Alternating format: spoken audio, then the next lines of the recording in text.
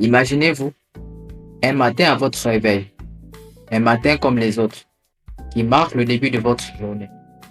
Vous vous levez, vous vous brossez les dents, vous buvez votre tasse de café, bref, la routine. Puis soudain, lorsque vous consultez votre agenda, vous remarquez quelque chose d'anormal. La date qu'il devait faire aujourd'hui a été surpassée de 10 jours. 10 jours? Oui, 10 jours. Seriez-vous choqué? Il est très fort probable que votre poids soit positif. Comment pourrait-on sauter les jours? Ça n'a pas de sens, diriez-vous. C'est absurde. Eh bien, c'est ce qui est arrivé aux Romains le vendredi 15 octobre 1582. En effet, la nuit du 5 au 12 octobre 1582 fut la période choisie par le pape Grégoire XIII pour introduire une réforme du calendrier julien. Cette réforme visait à corriger un décalage qui empêchait les calculs des fêtes religieuses et plus particulièrement la fête de Pâques. Avant, remettons d'abord les choses dans leur contexte.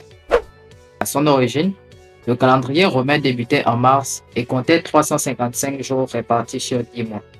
En 1946, le roi Jules César décide de faire passer le nombre de jours à 365 sous les conseils des astronautes, en y introduisant les années bissextiles qui apparaîtront tous les 4 ans.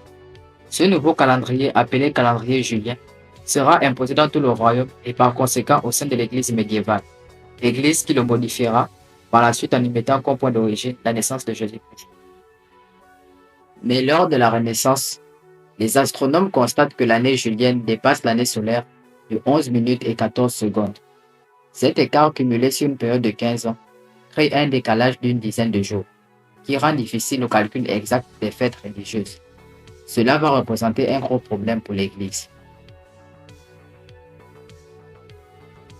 C'est donc pour remédier à ce problème que le pape Grégoire XIII reforme le calendrier en 1782 et décide que les années se terminant par 00 ne seront plus bissextiles, sauf si ces dernières sont divisibles par 400.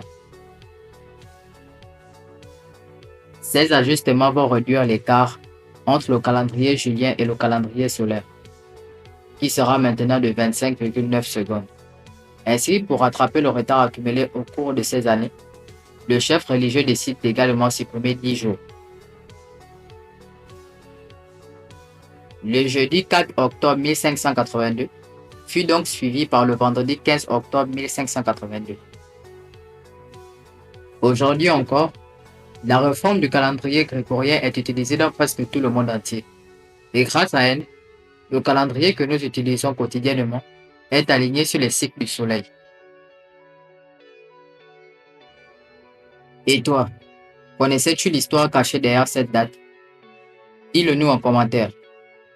Like la vidéo, abonne-toi à la chaîne et active la cloche de notification pour ne rien rater de nos prochaines histoires fascinantes.